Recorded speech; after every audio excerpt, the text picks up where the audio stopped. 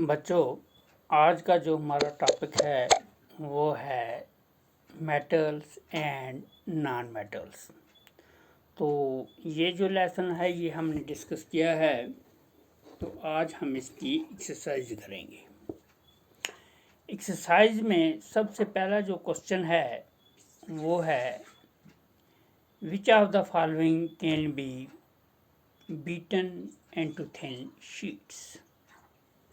Zinc, phosphorus, sulphur. तो ये तीन चीज़ें जो दी गई हैं, तो इनमें से करेक्ट आंसर कौन सा है? हमारे पास इसका करेक्ट आंसर जो है वो है zinc.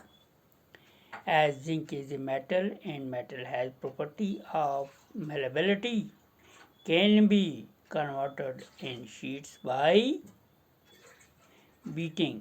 Rest of these are non metals. तो ये हमारा पहला क्वेश्चन था। दूसरा क्वेश्चन जो है हमारा वो है which of the following sentences statements is correct? इनमें से कौन सी करेक्ट है?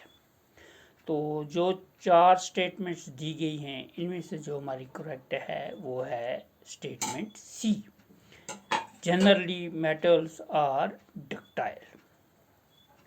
तो mercury metal is liquid at room temperature and cannot be drawn into wires, therefore it is non-ductile. So the option A is incorrect.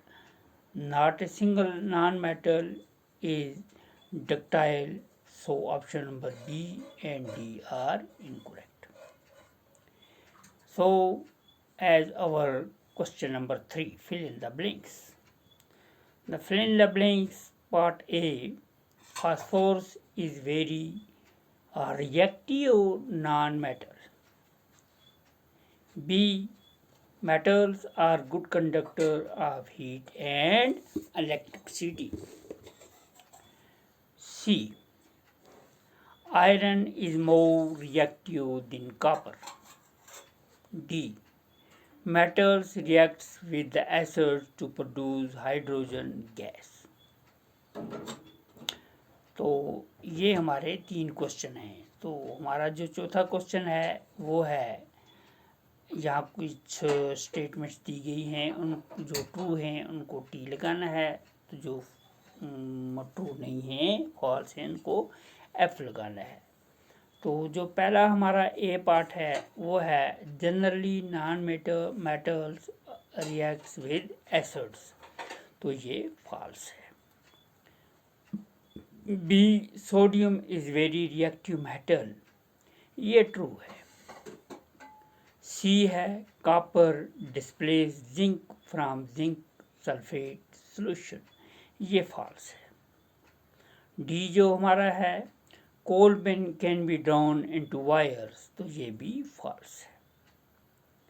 तो इसी तरह हम चलते हैं क्वेश्चन नंबर 5 पर। क्वेश्चन नंबर 5 जो हमारा है उसमें some properties are listed in the following table, distinguish between metal and non metals on the basis of these property. तो ये दी गई हैं, इनको हम मेटल और नॉन मेटल के हिसाब से इनको इसकी प्रॉपर्टीज हमने बतानी है।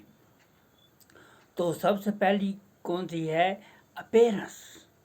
अपीयरेंस जो मेटल्स में है वो लस्टर है, नॉन मेटल में डल है। हार्डनेस, मेटल में हार्ड है और नॉन मेटल में सॉफ्ट है।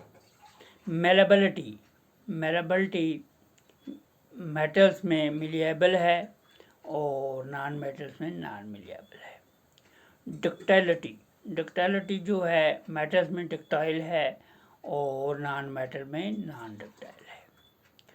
हीट कंडक्शन, जो मेटल में है वो है गुड कंडक्टर, तो नॉन मेटल में bad conductor.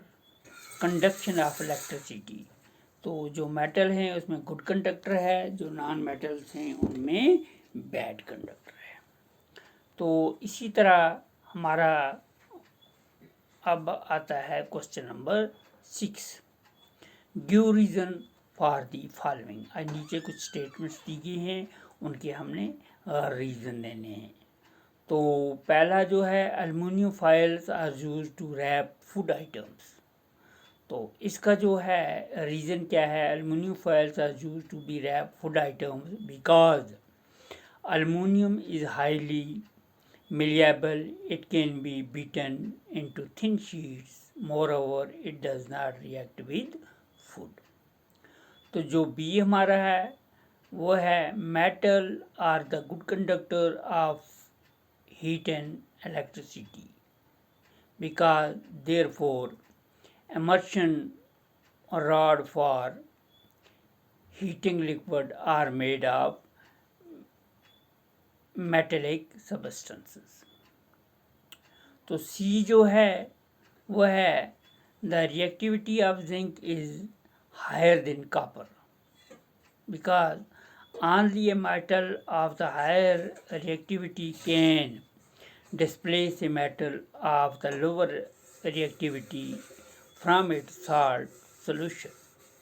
So copper cannot displace zinc from the zinc sulfate solution। Last वाला जो है डी हमारा, sodium and potassium are the highly reactive metals because they can catch fire even when they come in contact with air, so they have to be kept in kerosene oil। इसी तरह हमारा जो question number 7 है वो है can you store lemon pickle in a aluminium utensil, explain. No, we cannot store lemon pickle in the aluminum utensil as metal react with acid to liberate hydrogen gas. The pickle, which is acidic in nature, can be spoiled। So these are the some questions. The remaining question should be solved tomorrow. It is enough for today. Thanks.